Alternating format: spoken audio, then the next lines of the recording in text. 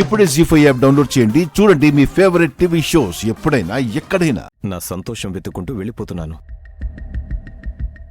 నేను కోరుకుంటున్న జీవితానికి నేను గడిపిన ఈ జీవితం అడ్డు రాకుండా ఉండాలంటే నాకు విడాకులు కావాలి.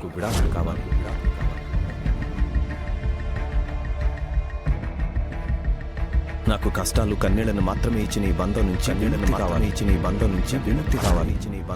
విముక్తి కావాలి.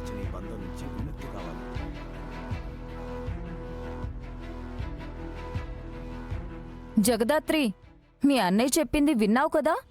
నేనేం చెప్పలేదమ్మా. మళ్ళీ రేపు నా దగ్గరకొచ్చి వాళ్ళిద్దరూ విడిపోవడానికి కారణం నేను అని మాత్రం చెప్పకు. తెలివిగా మాట్లాడుతున్నాననుకోకు దివ్యాంక. మాట్లాడుతుంది అన్నయ్య అయినా ఆ మాటలు నీవే అని ఇక్కడున్న అందరికీ తెలుసు.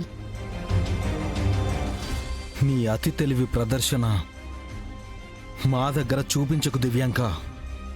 నీ గురించి నీకంటే బాగా తెలిసిన వాళ్ళం.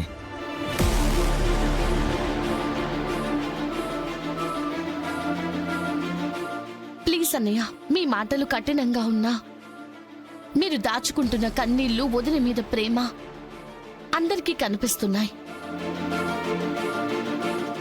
అవును బావా, మీరెందుకిలా మారిపోయారో, ఎందుకిలా మాట్లాడుతున్నారో నాకు తెలియడం లేదు. కానీ మీ మాటల వల్ల అక్క మనసు ఎంత గాయపడుతుందో మీకు అర్థం కావట్లేదు బావా.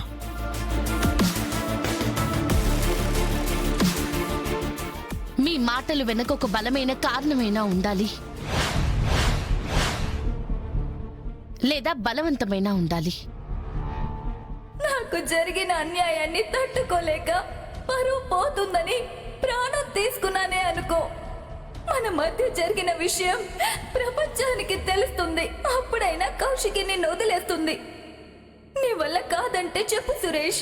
లీగల్ గా ఏం చేయాలో అది చేసి న్యాయం కోసం ఫైట్ చేస్తాను. ఏదైనా చెప్పండి అన్నయ్య, ఏదైనా సరే చూసుకుందాం. ఎంత కష్టమైనా సరే కలిసి నడుద్దాం. మీకేమైనా పిచ్చా? అతను మా అక్కతో కలిసి ఉండను అని చెప్తుంటే ఉండమని బ్రతిమిలాడుతున్నారేంటి? ఎవరి బలవంతం మీద మళ్ళీ మా జీవితాల్లోకి రానవసరం లేదు. ఏయ్, ఇలాంటి ముఖ్యమైన విషయాల్లో జోక్యం చేసుకోకని నీకెన్నిసార్లు చెప్పాలి? ఇది వాళ్ళిద్దరికి సంబంధించిన విషయం, వాళ్ళు చూసుకుంటారు. మీరు నోరు మూసుకునుంటే చాలు. నిర్ణయం వాళ్ళిద్దరిదే అయినా దాని ప్రభావం కుటుంబం మీద పడుతుంది నిషి. అలాంటప్పుడు మాట్లాడే అధికారం మాకు ఉంది.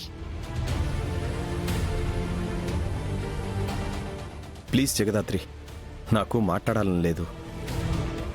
సంతకం పెట్టేస్తే నేను వెళ్ళిపోతాను. అన్నయ్య, అది కాదన్నయ్య.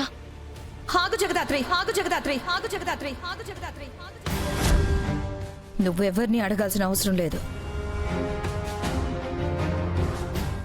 జీ5 యాప్ డౌన్లోడ్ చేసి అన్ని ఎపిసోడ్స్ పూర్తి ఉచితంగా చూడండి.